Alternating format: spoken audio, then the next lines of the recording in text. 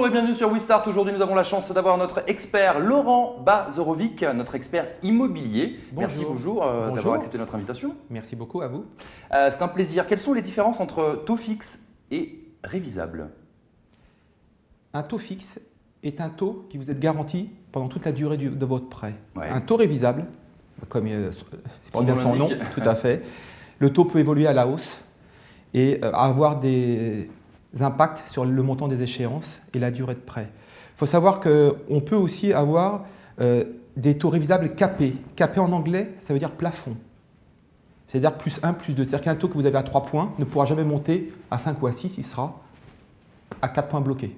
Parce qu'on est à plus 1, plus 2, c'est une sécurité. D'accord. Il existe aussi des prêts fixes semi-révisables. C'est-à-dire sur une période de 25 ans, vous allez peut-être pouvoir avoir une période fixe sur 15 ans et après du révisable.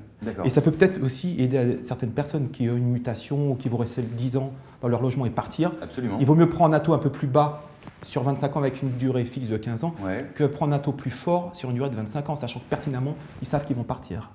Vous comprenez? Donc il faut s'adapter en fait. Un prêt modulable, c'est quoi?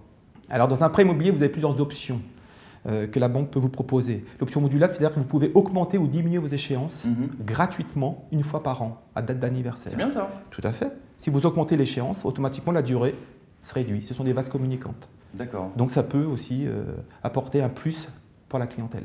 Alors je vous arrête, il y a aussi d'autres options. Arrêtez-moi, Laurent, arrêtez-moi. Excusez-moi parce que je pars dans le... Il y a l'option modulable, mais vous avez aussi l'option report. On peut suspendre les échéances, etc. En fait, il y a beaucoup de choses que l'on peut faire. Faut-il bien le négocier au départ, avant que l'offre de prêt soit éditée? D'accord. Et c'est là notre rôle de courtier. D'épauler votre client. Tout à fait, de les conseiller surtout. Très bien. Très important. Et lui donner en fait un trousseau de clés qui vous ouvre les portes. Un passe-partout en fait. Qu'il l'utilise ou qu'il l'utilise pas, peu importe. Mais qu'il puisse le faire, qu'elle soit négociée en amont. Très bien. Bon, finalement, on a des points communs entre WeStart et vous, c'est-à-dire que nous, on épaule nos internautes, on les met en relation et on les sécurise au maximum. Et c'est important. C'est important, absolument. Une petite question également qui a été posée sur notre site, cher Laurent. Qu'est-ce qu'un crédit relais et à quoi ça sert? Alors, un crédit relais sert à avoir un financement quand vous voulez acheter quelque chose mais vous n'avez pas vendu votre bien. Donc, vous êtes propriétaire de votre résidence principale. Oui. Vous voulez acheter une future acquisition. À partir de ce moment-là, sachant que vous n'avez pas vendu, la banque peut vous faire un prêt relais qui vous épaule, qui vous permet d'avoir l'achat sans avoir vendu votre maison. Mais attention, il y a bien une période de 1 an, 2 ans où la banque dit on prend 70% du net vendeur du bien que vous avez. Donc il y a quand même un délai à respecter. Ça peut même poser problème pour l'avenir si vous ne vendez pas votre maison, parce que vous avez 2 prêts à rembourser. C'est risqué. Donc il faut bien le monter, ce dossier. Et c'est là que nous aussi, en tant que courtier, on est là pour essayer d'optimiser ce financement et que ça ne soit pas la corde au cou pour le client dans 2 ans. Il faut essayer d'anticiper les élats qui peuvent arriver. Est-ce que la personne a mis trop cher son bien ou pas? Se remettre en question, etc. Oui, parce que ça génère aussi des frais intercalaires, etc. Oui, c'est là, à mon avis, où effectivement on a besoin de professionnels comme vous pour... C'est pas simplement une ligne de crédit avec un taux. Ou ça, sur Internet, vous pouvez taper un montant avec un taux, ça vous donne une échéance. Là, c'est plus compliqué que ça, en fait. D'accord. C'est subtil, en fait. Ouais, j'entends bien. Mon cher Laurent, une petite question qui me brûle les lèvres. Comment est déterminé le taux d'intérêt que prêtent les banques aux particuliers? Oui. Alors, les banques achètent de l'argent, tout simplement, aux services financiers.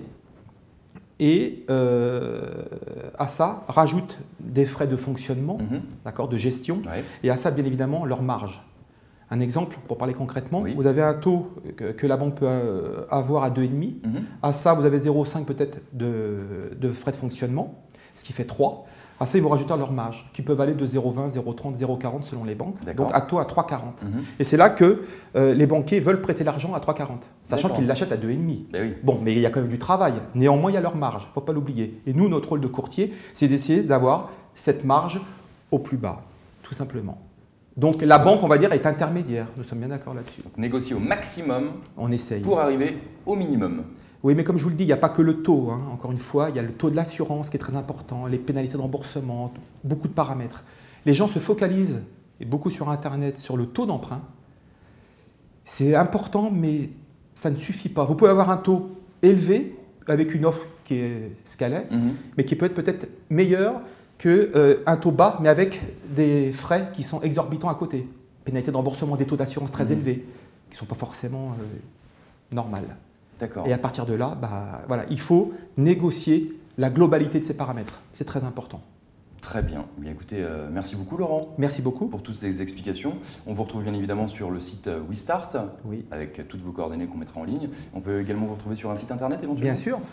www.baso-finance-au-pluriel.com. Super. Et un petit mot grâce à vous. Vous êtes de plus en plus nombreux à nous suivre sur nos réseaux sociaux, Twitter, Facebook. Un grand merci pour votre fidélité et je vous dis à très très vite sur WeStart.